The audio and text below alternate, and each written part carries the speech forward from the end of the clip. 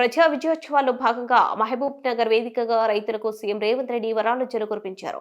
సాంకేతిక కారణాలతో నిలిచిపోయిన రుణమాఫీ డబ్బులను విడుదల చేశారు. దాదాపు 3 లక్షల మంది రైతులకు 3,000 కోట్లను 4వ విడతగా రాష్ట్ర సర్కార్ అందించనుంది. రైతు పండుగ ముగింపు వేడుకలు భారీ ఏడాది పాలనపై విమర్శలు గుప్పిస్తున్న విపక్షాలకు ధీటైన సమాధానం ఇచ్చారు. 10 ఏళ్లలో బీఆర్ఎస్ చేయలేని పనులు కాంగ్రెస్ 10 నెలల్లో చేసి చూపెట్టిందని అన్నారు. బీఆర్ఎస్ సరిగా పాలన చేసి ఉంటే రైతు రుణమాఫీ చేయాల్సి వచ్చిందంటూ సీఎం రేవంత్ రెడ్డి ప్రశ్నించారు. ఈ రైతు పండుగలో వేలాదిగా తరలి వచ్చి ఈనాడు మేము సంతోషంగా ఉన్నాం. సంవత్సర పరిపాలనలో ఈ ప్రభుత్వం ప్రజాప్రభుత్వం 54,000 కోట్ల రూపాయలు రైతుల కోసం ఖర్చు పెట్టినందుకు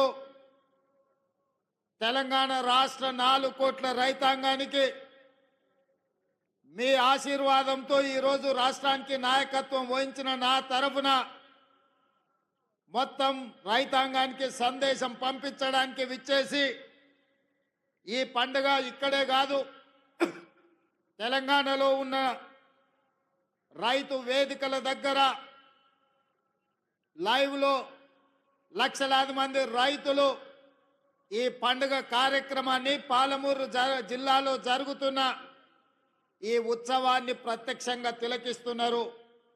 ఈ అన్ని ఏర్పాట్లు చేసిన తెలంగాణ చీఫ్ సెక్రటరీ గారు, వ్యవసాయ శాఖ అధికారులు, వివిధ రైతు వేదికలల్లో ఈ కార్యక్రమాన్ని నిర్వహిస్తున్న అధికారుల అందరికీ కూడా మనస్ఫూర్తిగా అభినందనలు తెలియజేస్తున్నా. మిత్రులారా, నవంబర్ 30, 2023కు ఈ దేశ రాజకీయాలలోనే ఒక గొప్ప ప్రాధాన్యత ఉన్నది. ఈ సందర్భంగా తెలంగాణ 4 కోట్ల ప్రజలకు నేను గుర్తు చేయదలుచుకున్నా.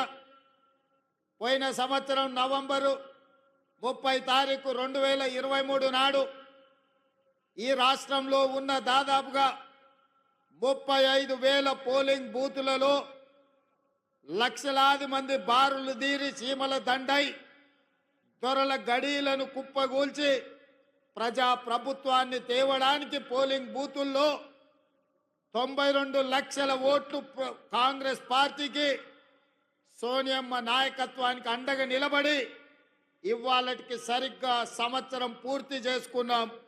మనస్ఫూర్తిగా మీకు అందరికీ ధన్యవాదాలు తెలియజేస్తున్నా. మీరందరూ పెద్ద ఎత్తున చప్పట్లతో మొదటి సంవత్సరం పూర్తి చేసుకున్న ఉత్సవాన్ని ఈ ప్రపంచానికి తెలియజేయాల్సిందిగా మీ అందరికీ విజ్ఞప్తి చేస్తున్నా.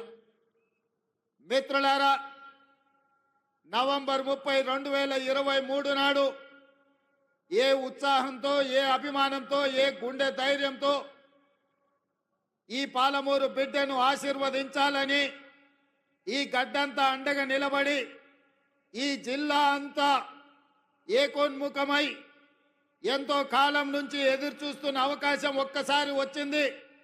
దీన్ని జార విడుచుకోవద్దని మీరు అండగా నిలబడ్డ రోజు ఇవాళ. ఈ సందర్భంగా మీ ఎదురుగా నేను చెప్పదలుచుకున్నా.